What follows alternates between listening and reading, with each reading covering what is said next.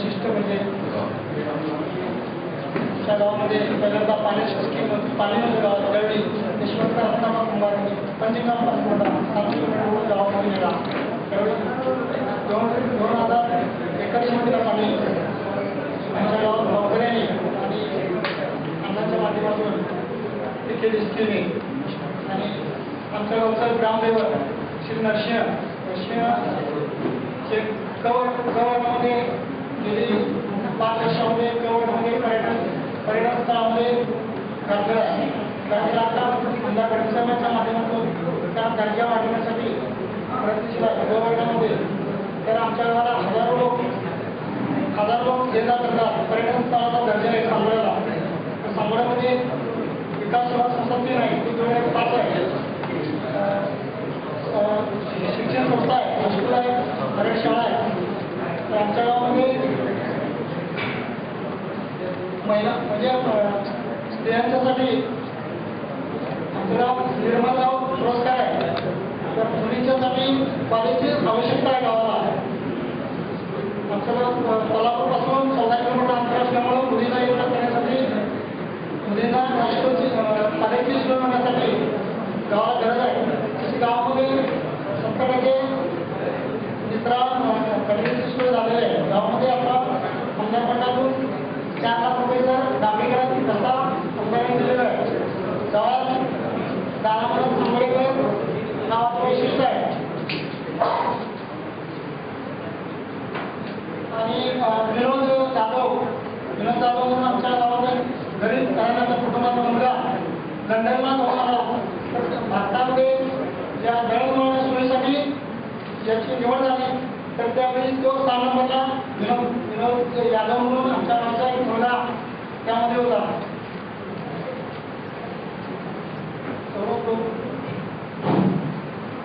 माझं नाव सुकुमार गणपती जंगाडे.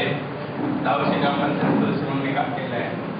तर सांगोळ्याचं नरसिंह मंदिर हे महाराष्ट्र कर्नाटक या 2 राज्यातील प्रचंड मोठ्या प्रमाणात भाविक या ठिकाणी येत असतात. लाखो लोक वर्षाकाठी देवाचं दर्शन घेण्यासाठी येत असतात. ते पर्यटन झाल्यानंतर सोयी होतीलच, पण सध्या लोकांच्या फार गैरसोयी होतात परगाव येण्याला. त्याच पद्धतीनं गावामध्ये 2 विकास सोसायट्या, 4 दुडेऱ्या, 2 विकास सोसायट्या, 1 पतसंस्था आणि परवा 4-5 दिवसापूर्वी आमदार साहेबांच्या हस्ते उद्घाटन झालेले वाचनालय कलाश्री गोविंदराव टेंबे नावाचं वाचनालय आमच्या गावामध्ये चालू केलेलं आहे. तर गोविंदराव टेंबे हे थोर लेखक, दिग्दर्शक, चित्रपट निर्माते, स्वतः चित्रपटात काम करणारे असं एक मोठा व्यक्ती 1981 मध्ये सांगोळ्यामध्ये जन्माला आलं आणि 1955 साली ते दिल्लीमध्ये त्यांचा शेवट झाला. पण त्यांचा जन्म सांगोळ्यातला, कोल्हापूरमध्ये त्यांचं शिक्षण झालं आणि हार्मोनियमचा स्ट्रोक त्यांनी प्रथम लावला आणि जपान वगैरे त्यावेळेच्या काळात परदेशामध्ये ज्यांचं वास्तव्य झालेलं असे जे व्यक्ती आहे त्या व्यक्तीच्या नावाचा मी या गावामध्ये वाचनालय सुरू केलेलं आहे. 4 लाखाचा फंड वंचितसाहेबांनी विरोध करून नुकताच गावामध्ये अंतर्गत डांबरीकरणाचा त्यांना सुरुवात झालेली आहे. त्याचप्रमाणे आमच्या मित्रांचा एक पुतण्या नानासाहेब पाटलांचा IAM सिलेक्शन होऊन पुणे येथे कॅप्टन पदावर रुजू झाले आहे. तर असे या सांगोळ्याचं वैशिष्ट्यपूर्ण गाव असून सध्या आम्हाला काम करत असताना संजय गांधी असू राजीव गांधी घरकुल योजना या माध्यमातून काम करत असताना शासकीय अधिकाऱ्यांच्याकडून ज्या पद्धतीनं आम्हाला सहकार्य मिळायला पाहिजे त्या पद्धतीने मिळत नाही. आज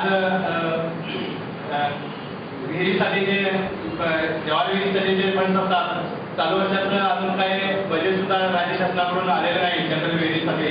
तर अशा पद्धतीच्या काही शासनाच्या अडचणी मार्गातून होतात शासनाच्या याच्यातून त्याही गोष्टीकडे लक्ष सर्वांनी कार्यकर्त्यांनी आमदारांनी तसेच सर्व यांनी देऊन काय अडचणी ग्रामीण लेवलला लोकांना येतात त्याही पाहिल्या पाहिजे. आज संजय गांधी श्रावणबाग योजना फक्त कागदावर असण्यापेक्षा त्या प्रत्येकाचा फायदा मिळणं गरजेचं आहे. प्रत्यक्ष त्या योजना मिळत असताना अनेक अडचणी निर्माण होतात. मग ते तलाट्यापासून ग्रामसेवक असले तलाटे असले या लोकांच्याकडून सुद्धा काही वेळेला सहकार्य मिळत नाही आणि सर्वसाधारण काम कार्यकर्त्यांना काम करत असताना अडचणी निर्माण होतात. खरोखर जे लोक ज्याला एखादी योजना मिळणं गरजेचं आहे अशा लोकांना देखील प्रत्यक्ष वस्तुस्थिती बघून सुद्धा तलाठी लोक चांगलं देत नाहीत आणि त्यामुळे त्यांना योजनेचा लाभ होत नाही. याही गोष्टीचं निराकरण होणं गरजेचं आहे.